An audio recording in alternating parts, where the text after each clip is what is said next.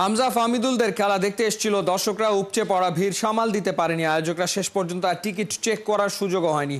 তবে দিন শেষে বাংলাদেশের জয়টাই চেয়েছিল সবাই। ফুটবল প্রেমীদের ভিড়ে ক্রিকেট পাগলরাও ছিল কেউ কেউ। ভয় হচ্ছে এমন উন্মাদনায় স্বাদের ক্রিকেট আবার ভেসে যাবে না তো। খালিদ জামিলের রিপোর্টে বিস্তারিত। হামজা গোল দিবে আজকে। হামজা তো মিডিয়া খেলে, গোল করার সুযোগ কম। অবশ্যই সুযোগ আছে, মিডিয়া খেলার সুযোগ অবশ্যই আছে। মিডিয়া খেলা একটা প্লেয়ার যে কোনো মানে খেলতে পারে, কারণ সুযোগ পেলে মিডিয়া খেললেও কিন্তু একটা প্লেয়ার গোল দেওয়ার সুযোগ আছে। কারণ মিডিয়া খেলে সে শুধু মিট নিয়ে পড়ে থাকবে, এমন বিষয়টা এমন না। কিন্তু সবার মধ্যেই কেমন যেন একটা যুদ্ধ জয়ের উন্মাদনা। জাতীয় স্টেডিয়ামের সবগুলো গেটেই একই চিত্র। ভেতরে একসাথে খেলা দেখতে পারেন 22,000, যার বড় একটা অংশই তখনও মূল গেটের বাইরে। অথচ ভেতরে ততক্ষণে খেলা শুরুর বাঁশি বাজিয়ে দিয়েছেন রেফারি। সেটা মিস করাতেই যেন ফুঁসে উঠল সবকিছু। 4 নম্বর গেটের সিকিউরিটির দায়িত্বপ্রাপ্তরা বাধ্য হয়েই সরিয়ে নিলেন ব্যারিকেড। কিসের টিকিট চেক আর কিসের সিকিউরিটি প্রোটোকল, সব ভেঙে চুরে হুড়মুড় করে ঢুকে পড়ল সবাই।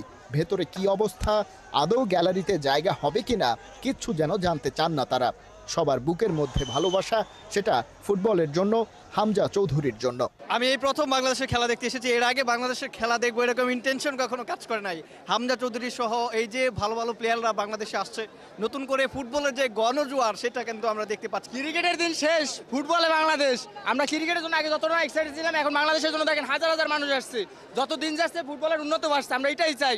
এমন সিচুয়েশন এর আগে দেশের ক্রীড়াঙ্গনে দেখা যায়নি একদম, তা বলা যাবে না। ক্রিকেট স্টেডিয়ামের বাইরে এমন ছবি দেখে অভ্যস্ত সবাই, কিন্তু খেলাটা যখন ফুটবল, তখন তার সাথে এমন উন্মাদনা অন্তত এই প্রজন্ম কখনো দেখেনি। বেশিরভাগ সময় ক্রিকেট খেলা দেখি, তো আজকে ফার্স্ট টাইম মানে ফুটবল দেখতে আসলাম স্টেডিয়ামে। কি মনে করে যে ফুটবলের জার্সিটা পরলেন, কি মনে করে? আজকে মানে আমি ফুটবলের মানে মেন যে মানে হাইপটা, আমি ওটা এনজয় করার জন্য মেনলি আসছে। হামজা চৌধুরী আসলো, আরও কিছু ফরেন প্লেয়ার আসলো, এই জন্য আর কি মেনলি দেখতে আসা আর কি। হাইপ কেমন দেখছেন? আলহামদুলিল্লাহ খুবই ভালো। ক্রিকেট মানে এই হাইপের কারণে আবার ক্রিকেট যাতে ধ্বংস না হয়ে যায়, এটাই আর কি প্রত্যাশা থাকবে।